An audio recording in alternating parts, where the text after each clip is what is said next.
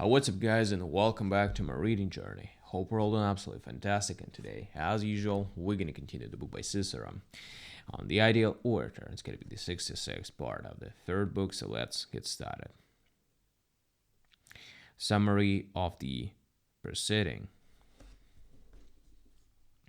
I have now more or less described, as well as I could, the things that I think are especially relevant for imparting distinction to a speech. I have spoken about the praiseworthy qualities of individual words, about their combination, and about their rhythmical form.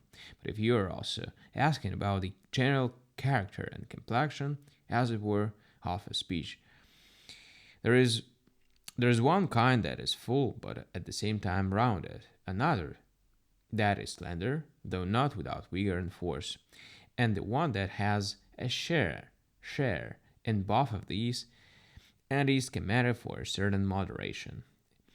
In each of these three forms, there should be a kind of charming complexion, not as the result of rouge that has been laid on, but of blood that flows through them.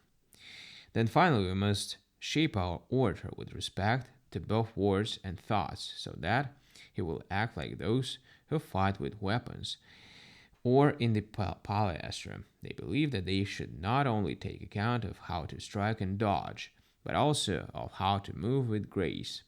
And the author must likewise make sure that he uses words and thoughts not only for proof and refutation, but also to charm. Now there are almost countless ways of shaping both words and thoughts into figures, and I'm well aware that you know. But between the figures of speech and the figures of thought, there is this difference, that a figure of speech disappears if you change the words, while a figure of thought remains, no matter what words you choose to employ.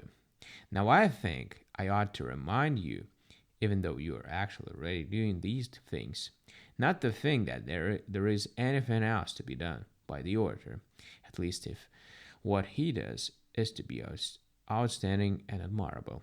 Then, where individual words are concerned, to hold on to the three principles mentioned before, to employ metaphors frequently, newly created words occasionally, and by way of exception also words that belong to the past.